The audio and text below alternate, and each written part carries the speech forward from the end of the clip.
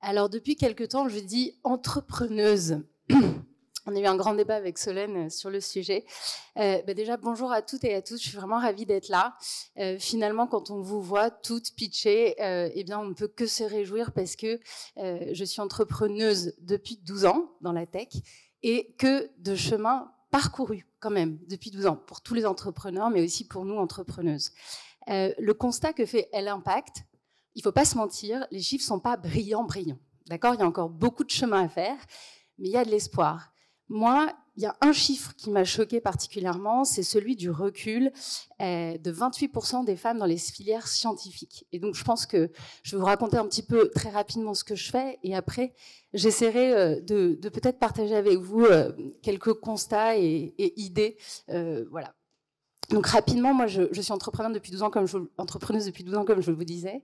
Jolie-moi, c'est une plateforme qui accompagne aujourd'hui 10 000 entrepreneurs. On aide essentiellement des femmes à entreprendre en faisant de la recommandation de produits de beauté et bien-être via les réseaux sociaux notamment, mais aussi en physique. Et pour ce faire, on a développé une application B2B, des outils technologiques et on leur propose un catalogue de 80 marques. Jolie-moi, c'est une société un peu atypique. On est dans la tech, mais on est aussi dans la beauty tech, retail tech. Difficile de nous mettre une étiquette. Et en plus, la petite particularité chez Jolie-moi, c'est que je ne suis pas toute seule. Je suis CEO de l'entreprise et j'ai 3 cofondatrices. Alors, vous imaginez, vous connaissez les statistiques d'investissement en levée de fonds pour les équipes 100% féminines. Nous, on a fait très fort, 4 femmes, et parmi lesquelles, une CTO femme. Voilà, donc ça, je voulais vous partager ça parce que forcément, ça structure un petit peu l'entreprise et les différentes étapes quand on va chercher des fonds, quand on doit se présenter face à des investisseurs ou des partenaires. Alors aujourd'hui, ça va plutôt bien chez Jolie-moi, même si, on ne va pas se mentir, cette année 2023 et l'année 2024 ne sont pas des années simples, dans la tech en particulier. Mais Jolie-moi, c'est une croissance à 3 et puis plus récemment 2 chiffres depuis 4 années consécutives. Donc c'est challenging. C'est une levée de fonds au total on a levé plus de 10 millions d'euros et on a passé la barre des 2 millions par mois avec 60 salariés. Alors pourquoi je vous partage ces chiffres ? D'abord parce que j'aime bien me vanter un petit peu, il faut le dire, mais aussi parce que longtemps, je n'ai pas osé partager ces chiffres, mes chiffres. Pourquoi ? Peut-être ça vous est arrivé aux unes et aux autres de vous dire mais mon bilan il n'est pas bon, d'avoir un peu peur de partager ce que vous faites face à une assemblée, dans un groupe d'entrepreneurs, à côté des garçons, ou peut-être même à côté de vos copines entrepreneuses. Eh bien, ce que je voulais vous dire, c'est que moi, j'étais un peu comme ça au début, et il y a un premier constat que j'ai pu faire, notamment en rejoignant des réseaux d'entrepreneurs, comme le Gagnon Project, et en côtoyant nos amis, les hommes entrepreneurs. Eh bien, figurez-vous que je me suis rendu compte qu'en fait, malgré les apparences, malgré ce qu'on pouvait voir peut-être dans les communications, je n'avais pas à rougir chez Jolie-moi, et souvent les femmes n'ont absolument pas à rougir de leurs chiffres, bien au contraire. Quelle a été ma surprise lorsque, à un dîner, avec une quinzaine d'hommes, et oui, je dois vous le dire, 10% de femmes dans la tech, ça veut dire que bien souvent, vous faites des dîners où vous êtes la seule femme. Il faut passer un petit peu ce cap, mais bon, au moins vous êtes visible dans ces cas-là.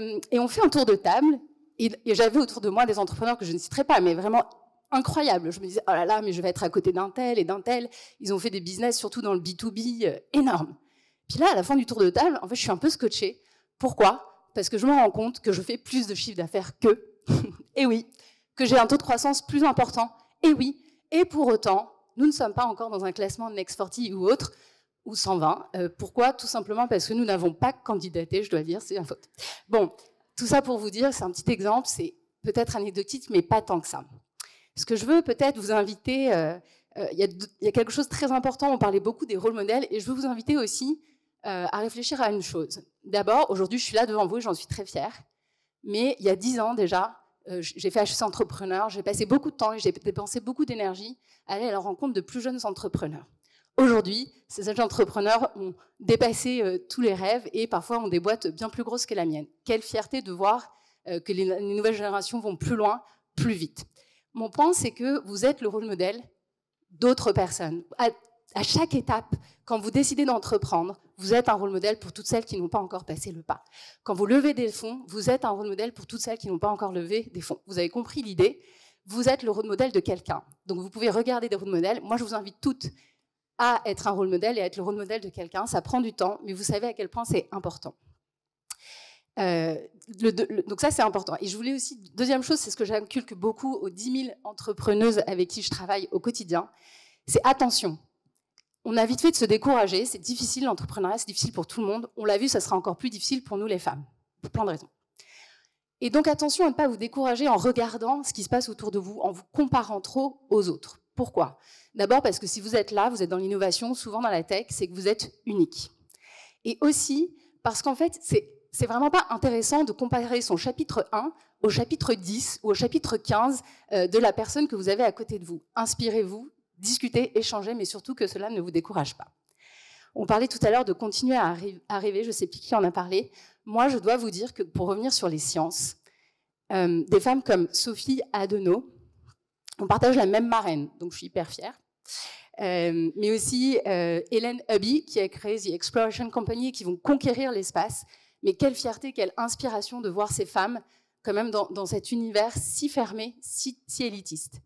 Donc, continuons de rêver. On voit bien qu'il y a des femmes aussi qui sont capables de beaucoup de choses.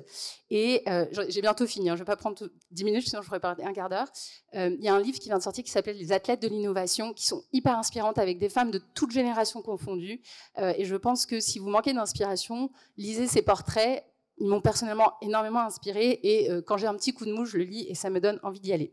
Alors pour vous, mesdames, ce que je peux vous conseiller, le dernier conseil que je vous donnerai, c'est entourez-vous des hommes aussi. La sororité, c'est génial. Moi, j'ai plein de copines entrepreneuses, ça m'aide énormément. Mais je dois vous dire que ce qui m'a le plus aidée, ça a été d'être au contact des hommes. Alors non pas pour constater que j'étais meilleure qu'eux dans certains cas, mais aussi parce que je me suis dit qu'ils mettent, comment vous dire, parce qu'ils ont un certain nombre de barrières que nous n'avons pas pour plein de raisons.